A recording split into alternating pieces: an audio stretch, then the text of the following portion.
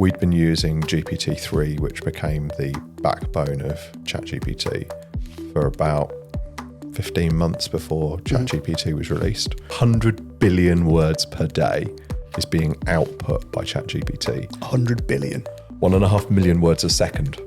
1.5 million words a second. It's just mind-boggling amounts of numbers. This tiny little model can run anywhere. Doesn't need to be run on super aggressive big servers. And it gives you the ability to put audio in and get text out. Hi, I'm Freya. Welcome to the Skynet Chronicles, Business in the AI Age, the podcast that dives deep into the world where artificial intelligence meets business. Join us as we explore the latest trends, challenges, and opportunities in this ever-evolving landscape. From innovative startups to established enterprises, we'll uncover the secrets behind the successful integration of AI technologies. So grab a cup of coffee, sit back, and get ready to unlock the mysteries of business in the AI age.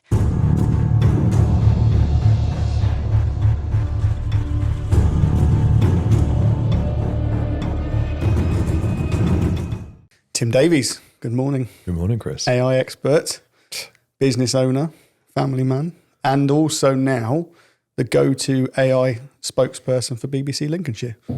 Apparently so. Very exciting. What a strange world we're living in. So today's podcast's going to be a bit of a quick fire. Let's get some questions at you, see what you come back with. Okay, brace yourself. So I'll try and be get straight into correct. them. People know who we are already. So before first question then, what is a transformer? And I don't mean the cool robots. I was going to say, well, Autobots and Decepticons. Not those. Okay.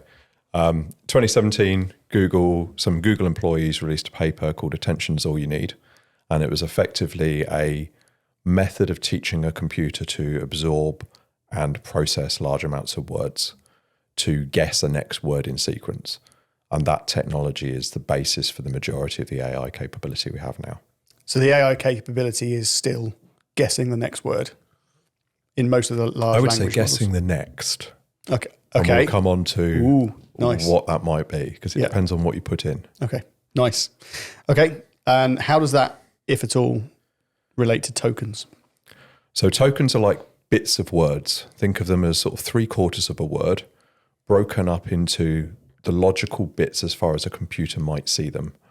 So we add ing or li to the end of a word. Those would be a token.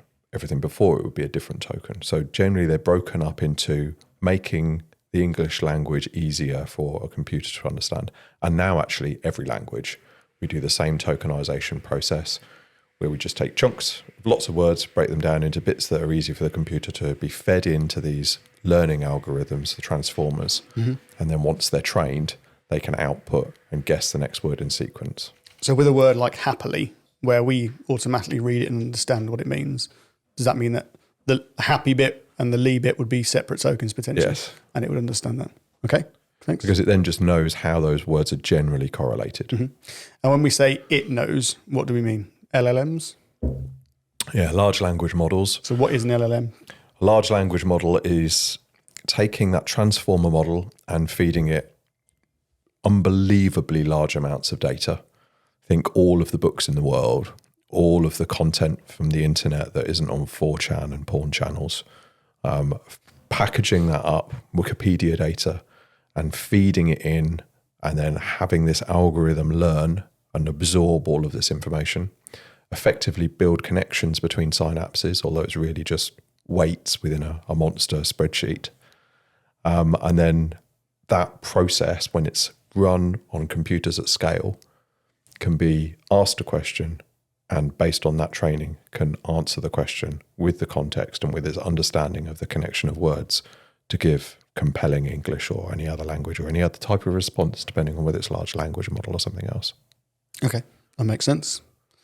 And I think one of the most used and sort of synonymous terms when we talk about LLMs is ChatGPT.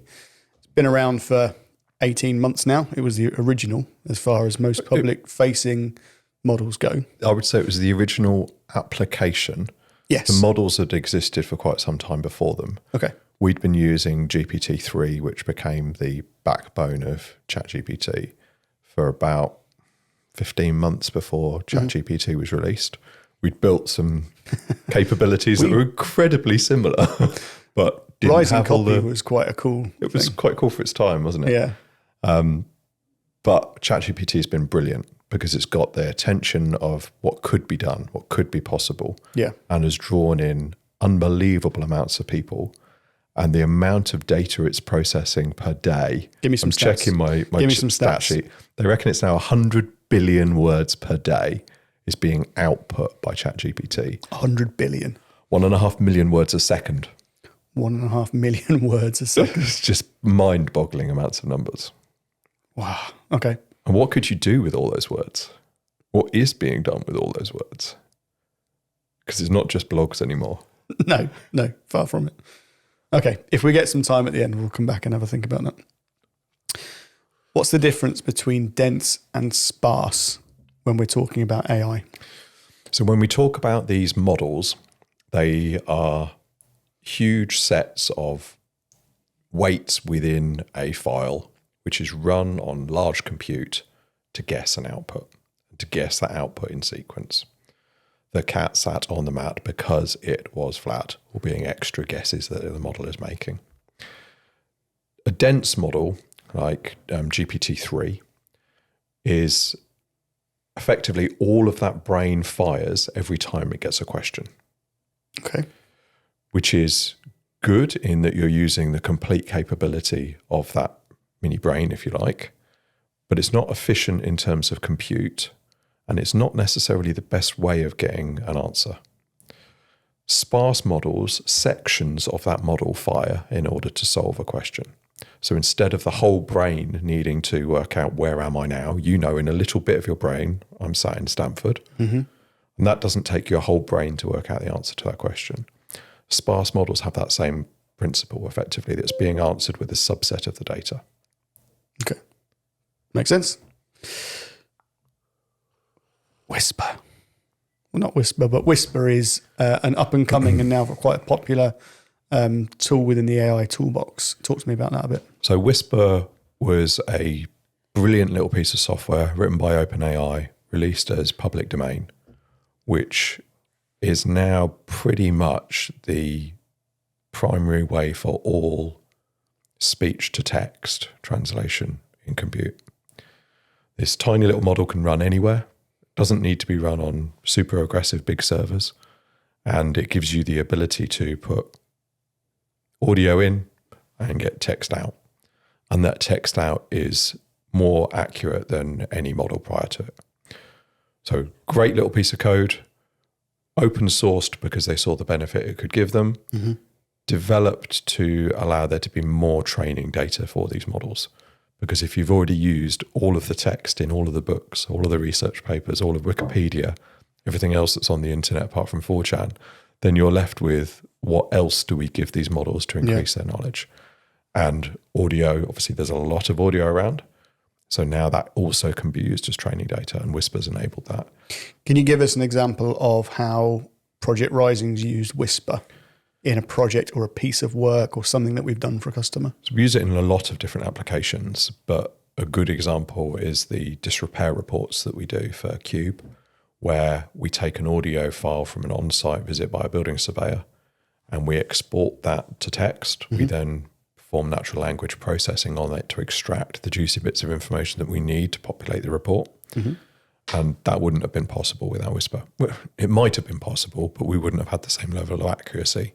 So it wouldn't have been as autonomous as we can make it. And that's the key thing, isn't it? We're using Whisper to do something which is now quite basic in the AI world because we need the output to do something much cleverer with, where it comes to language recognition and all that sort of good stuff. So building blocks of capability, how we stitch them together to make a solution that works for a customer. Good stuff. So on the subject of audio, another big thing has become quite popular on some of the social media channels now is voice simulation and being able to put your own voice into songs and have yourself sing songs you'd never be capable of. It seems to be the popular way of using it. But talk to me about voice simulation. So we can now sample almost any voice from as little as 90 seconds of audio and create the ability to replicate that voice pretty accurately. I can hear the difference in my own voice. My family can too. Yep. But when we use it in a presentation, people don't believe that it's simulated. No. And that capability was really made incredibly effective by 11 Labs and has continued to be grown on since then. Excuse me. If you listen to TikTok or YouTube content, you're going to hear the same voice used again and again and again. It's a deep, inspiring voice, but it's used in everything. No, mine's on there, but mine's not called Tim Davies, thankfully. With that capability, there comes some significant risks. Yeah. So this year is an election year in a lot of countries across the planet. We're getting a massive increase in the number of robocalls where the call to a person is fully simulated. We're on the cusp of seeing more and more of that in a corporate environment as a method of fraud. Obviously, we all receive the emails that say, "Oh, can you urgently call me?" or "You've won millions of pounds," or "Contact this Nigerian prince." But if I called you on your mobile and it sounded like me and I was asking you to do something, that becomes a higher level of confidence trick than a written communication. I wouldn't just say higher. I would say that's an order of magnitude higher. That's not just a little bit better. That's, like you said, if I had a robocaller call me with your voice and it was interacting with me as I was talking, I don't think most people would have even the foresight to be able to call that out as a possible fraud. I think the good thing is that I know how much I swear and none of the models know which languages and which words I use. So I think we're probably safe.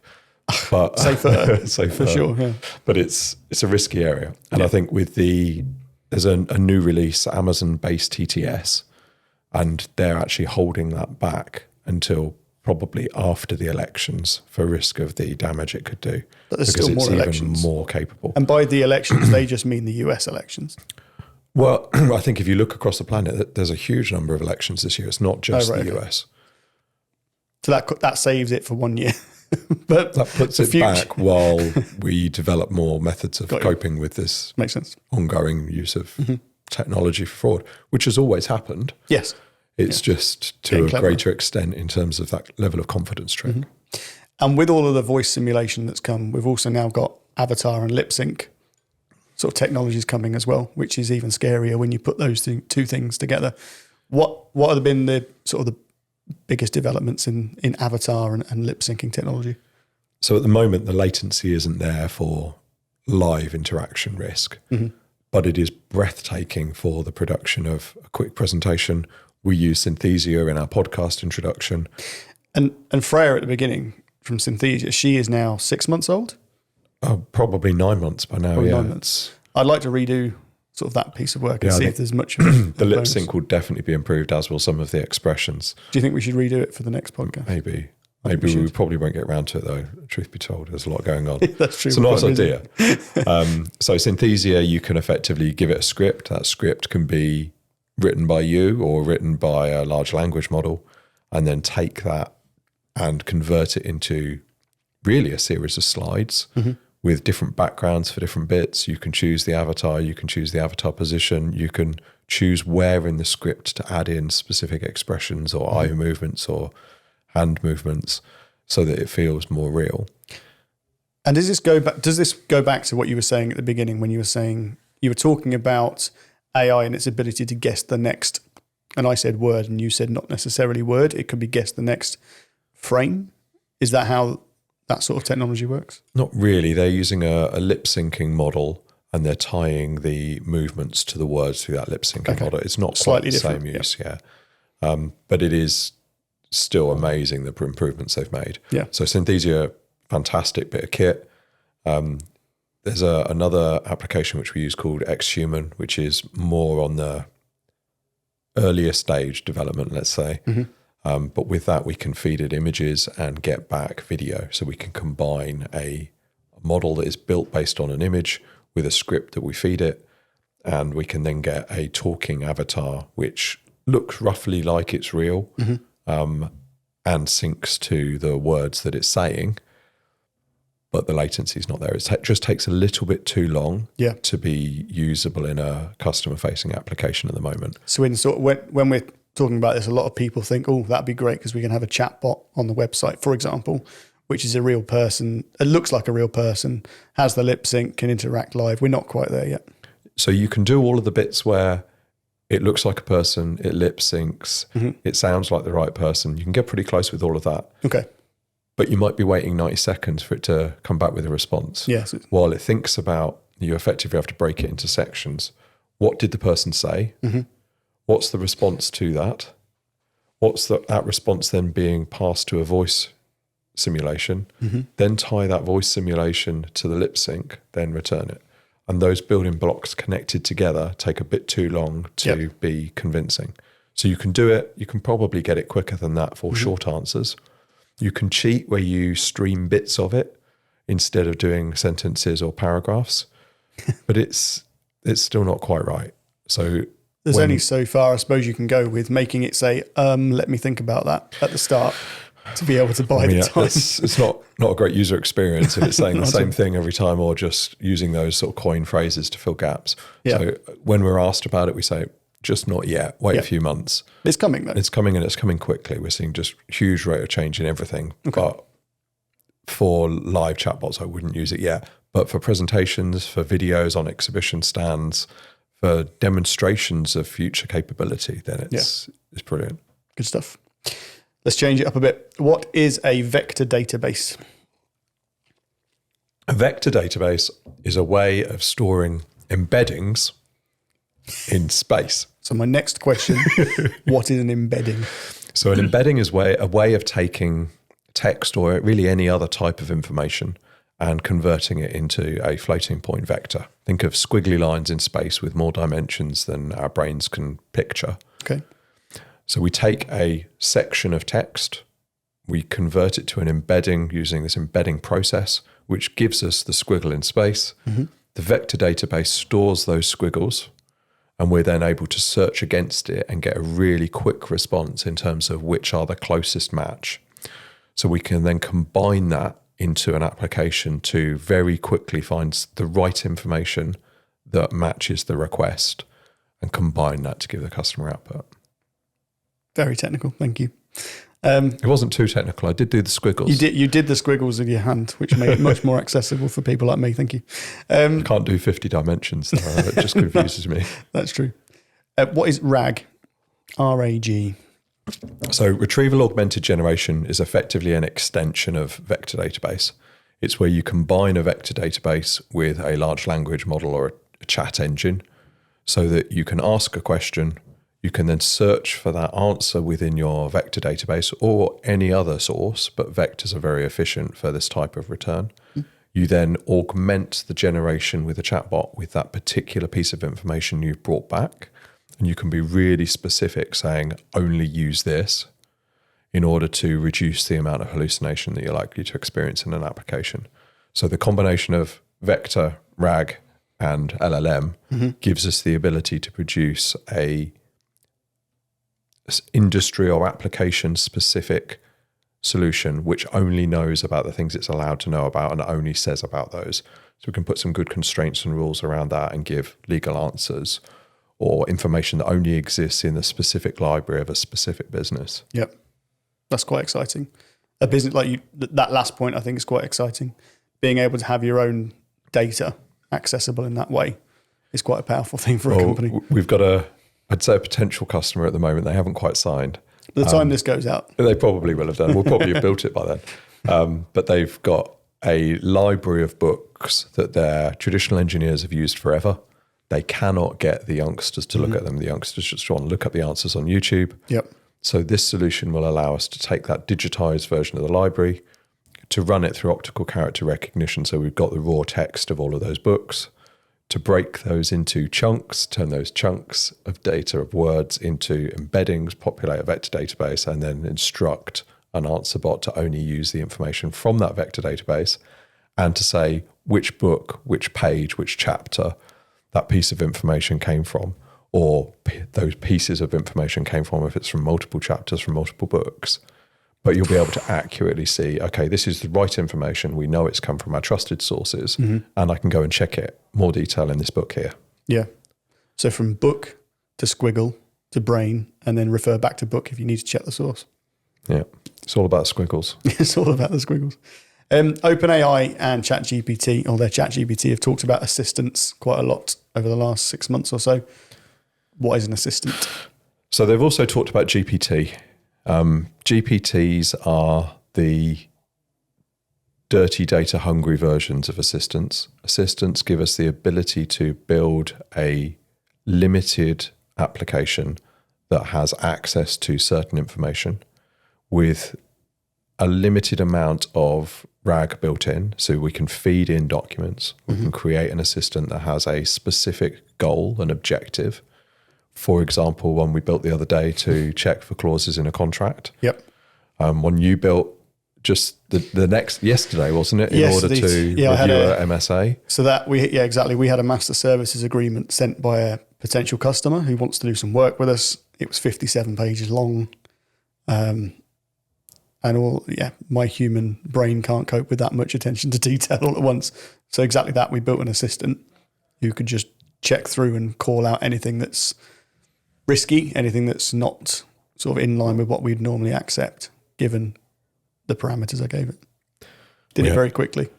Well, we had Meg, who started with us, 2.5-3 weeks ago. Super Meg, yeah. She built an assistant over the last 2 days to help with case studies. So prior to joining with us, she hadn't had any exposure to using AI tools. Yep. We've now got her building assistants and solving problems with them. The good thing is we can then combine multiple assistants within an application. Yep. So you can have a situation where a customer wants to work on this particular type of asset. Within an interface, it chooses which assistant it is effectively using behind the scenes. So you're able to leverage this technology from OpenAI and build it into an application that is able to use the right one at the right time to solve a problem. Very cool. Text to image. The capabilities, when you think of where we were 18 months ago when we were talking about DALL-E and the first versions of Midjourney, being able to take text and make images with 7 fingers, 3 legs, and weird faces. Where are we now? Where are we now versus where we'll be when Sora's out? So where we are now is we can produce photos that are indistinguishable from the best photos ever taken. We can produce artwork that is specific for a brand. We can produce content that is appropriate and on topic for any brand. And it's having a huge impact on the photography, artwork, pack creation, because it's just quicker and easier to use some of these tools. And it's gone from being just text to image to being image to text to image effectively, where you can have an image, you can say, this is what I want different done to it, and it happens. So obviously we had Stable Diffusion, Midjourney, DALL-E being integrated into ChatGPT for paid subscribers. So a paid subscriber on ChatGPT can effectively ask questions with GPT-4, can use the advanced data analysis tool, can then use any retrieval augmentation that they want, and then have the output of that produced into an image. None of the tools are perfect at handling letters yet. They're not great at bias management because they are effectively trained on a huge amount of data, and the biases within that data are still present in the output. So the age old, if you ask for a CEO, you're getting a middle-aged white man in an office. There are ways of overcoming that. We can't talk too much about our way of overcoming that at the moment, but we might be able to in the future. We definitely will be able to in the future. Well, it depends. It depends on the confidentiality agreements. But there are ways around it, and there are ways of effectively augmenting that data to get the outputs that you want. So there's problems with bias, there's problems with letters. But if you think text to image, a single frame, if you've got 25 frames, that's a second of video. If you've got 50 frames, that's a second of high quality video. So how you then take this text to image capability and produce something that can compellingly produce video output is really just scale. And a lot of what we're talking about is now, there's a phrase out there, multimodal, which I think is kind of summarizes what you're talking about, being able to put in and get out different types of of media, not just text like it was when we first saw AI explode into the public realm. Can you just describe what multimodal means? Yeah, so large language models were words in, words out. Mm-hmm. Multimodal is multiple in, multiple out. So Gemini Pro and Ultra are Google releases of multimodal models. There's an argument to say that GPT-4 combined with GPT Vision and Whisper potentially is, but really that's a different type of solution rather than true raw multimodal. But the ability to give an image in and get an understanding of that image. Mm-hmm. So the GPT Vision does that. You can give it an image and you can get text out.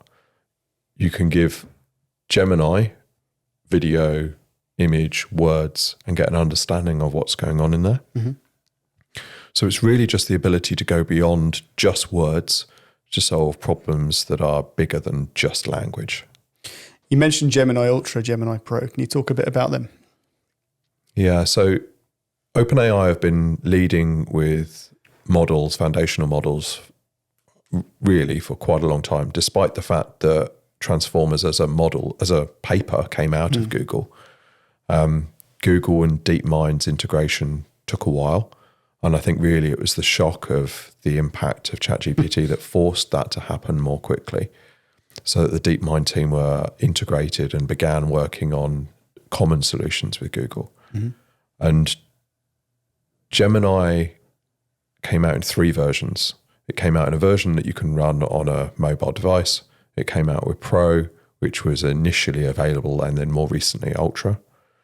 The capabilities across them, Pro was about the equivalent of GPT 3.5, so what's available in free ChatGPT. Ultra was of the order of GPT-4. And then very, very quickly afterwards, Pro 1.5 has been released.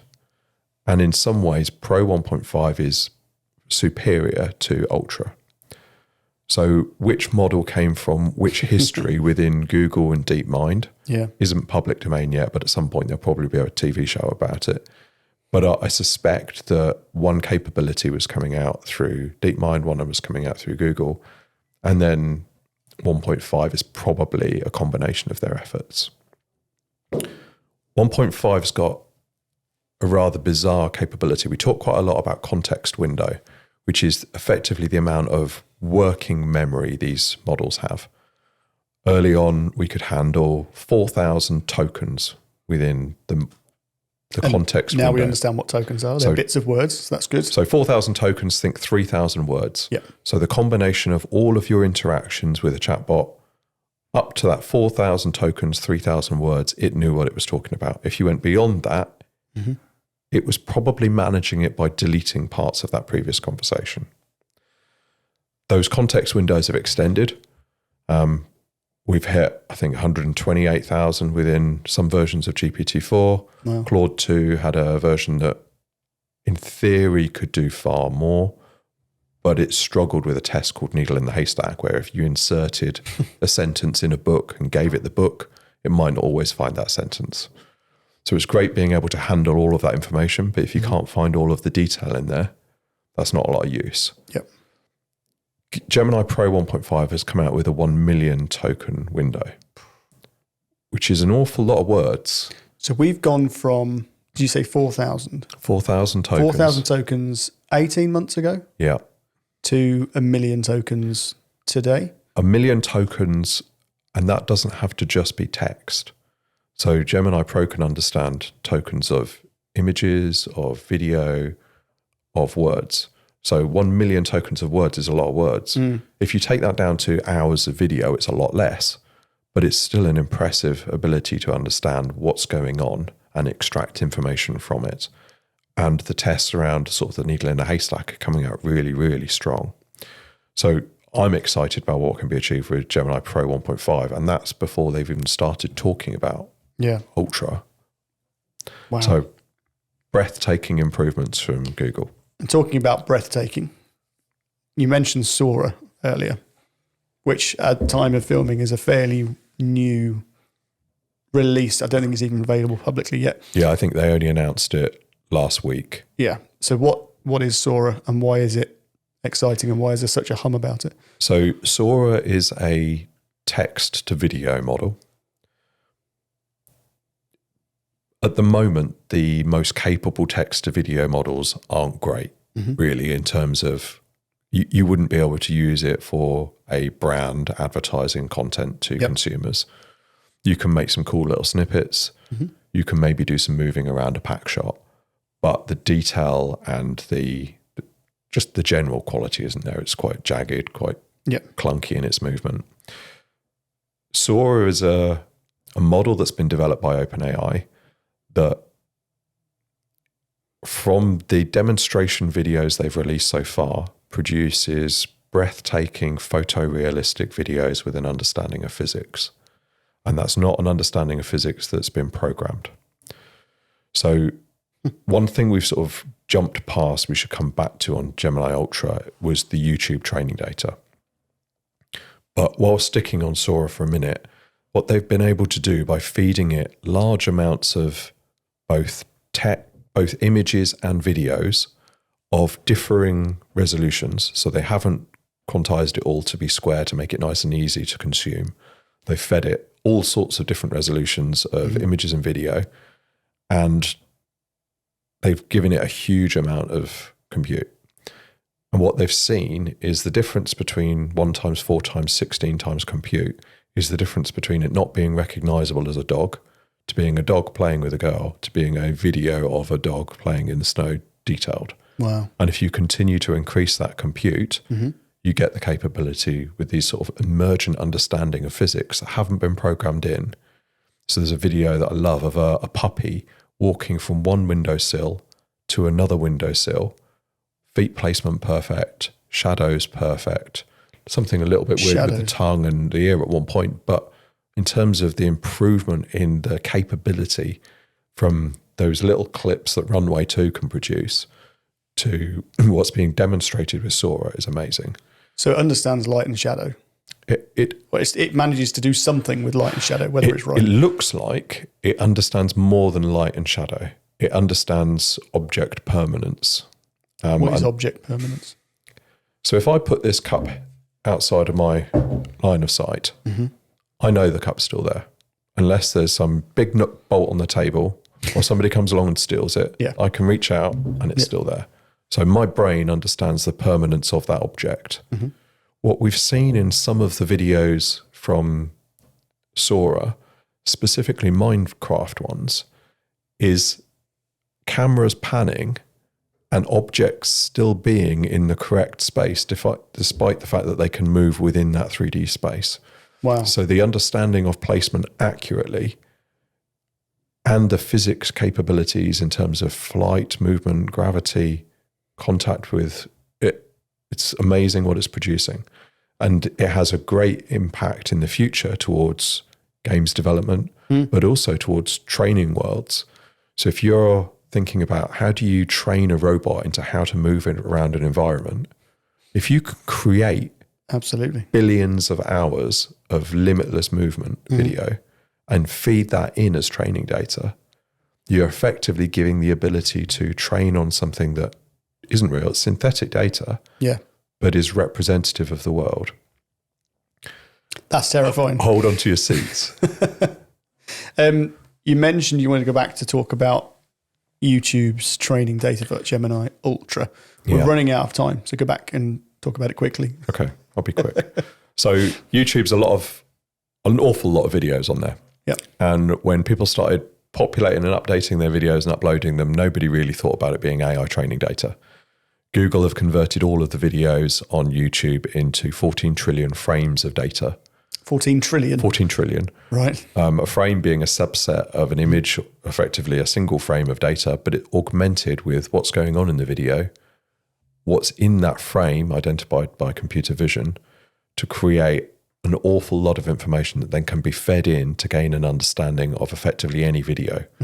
So you then combine that text understanding, that audio understanding with all of the information that's on YouTube. Gemini can probably fault fix a television, an electrical wiring, how to do pottery, how to do anything you want, because the information's already there on YouTube. but so is wrong information. There's not every YouTube video about fixing a telly is right. So it's got both. It's got both, but it's also got the benefit of scale. So if something happens more times than not, it's more likely to be true. And so you get that same bias from the video data that you get from image data. Yeah. But it's still a great source of information. Absolutely. No denying that. Sanctuary world model is something next on my list that I want to just have a chat about. So what is Sanctuary world model? Sanctuary are a robotics company. They are probably the leaders in terms of the degrees of freedom of movements of their hand, the control mechanisms, the sensors that they've got built into those. And they're populating those robots into a variety of different manufacturing and coffee shops and all sorts of other places. But they've effectively solved that world model. So instead of having to account for a world model and it happening by accident within Sora, they have started with world model first. So instead of the sensors being live data, the sensors update the world model on where something is. So I've just moved that cup to there. I updated my model to say where that was.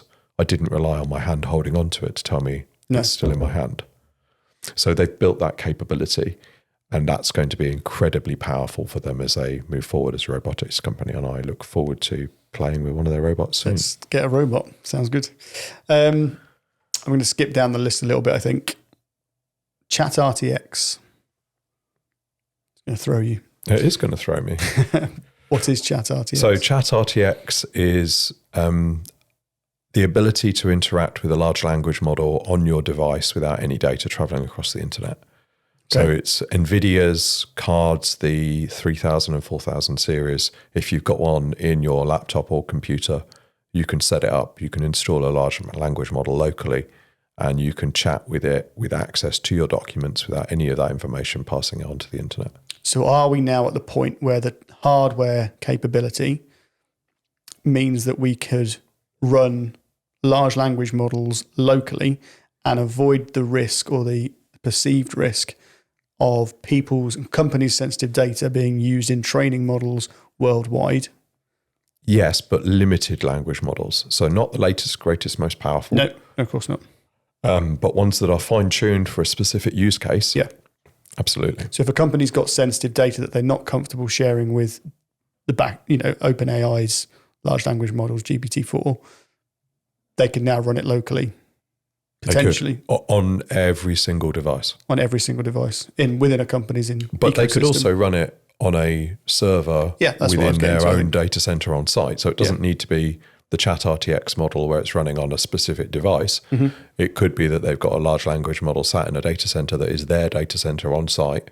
And that data never leaves their network effectively. So we're now at the point where we've got the potential to run large language models siloed with no internet connection if we don't want it, running locally, data protected. Yeah. Very cool. I'm going to go back one. AGI. Talk to me about AGI. Jumping up and down my list. I am, Chris. just to throw you for fun. AGI, artificial general intelligence.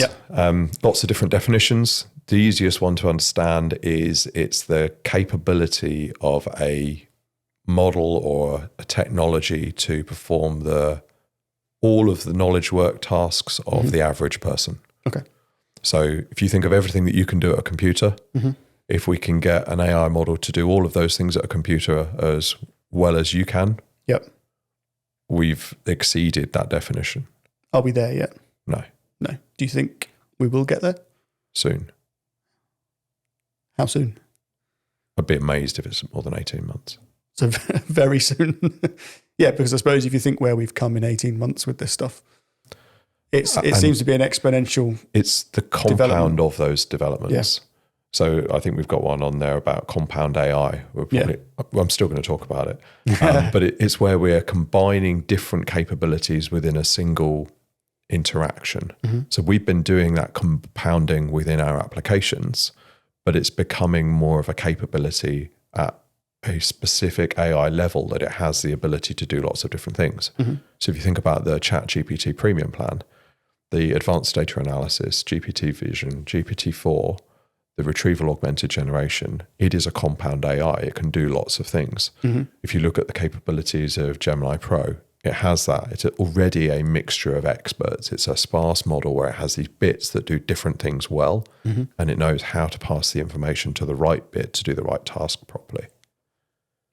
And do you think the recent story around Altman's $7 trillion story, is that related at all to the way that AGI is being developed, or is that something completely different?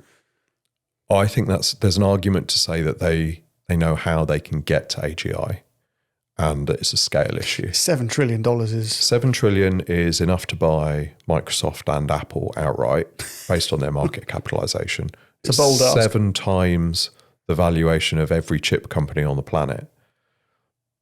But if you look at the cost of training models, it's increasing by an order of magnitude roughly every year, not quite perfectly. And if you carry on that growth, 7 trillion doesn't seem like such a big ask, but it's what you get for that investment. And if with a fraction of that, they achieve AGI, and that AGI has the ability to perform a lot of the tasks that people don't want to do, that don't like to do, or they're not very good at a personal and at a company level, the output that can be delivered because of that capability is huge. And realistically, the profit that can be generated for a company that achieves it is almost off the scale. Yeah. So whether they can get 7 trillion will depend on who they're allowed to go to under US regulations, whether the wealth funds in Saudi and the others have got that level of capability, especially with their own building and aspiration projects. And the risk appetite, because it's all well and good someone like Altman saying, I know we can do this, but it's still a risk. It is a risk, but I think they've got the building blocks. And I think if you look at the progression within the foundational models, the capability of Sora, the rumoured capabilities of QStar, then these things together show that if you apply enough scale and compute to the problem, then you're getting mighty close. You're certainly getting leaps more capable than we have now. And what's achievable now is already breathtaking. So we're in a very exciting time. I know last time we spoke on this podcast was probably 3 months ago. And some of the stuff we're talking about has now been dwarfed by what we can talk about today. Yeah. Big question then. So 12 months time, it's February 2025. What does the world look like in terms of AI? I think AI has a pervasive impact in terms of almost every business. The businesses that are using it are outperforming the businesses that aren't. And the capabilities are beyond that of a lot of the employees within a company.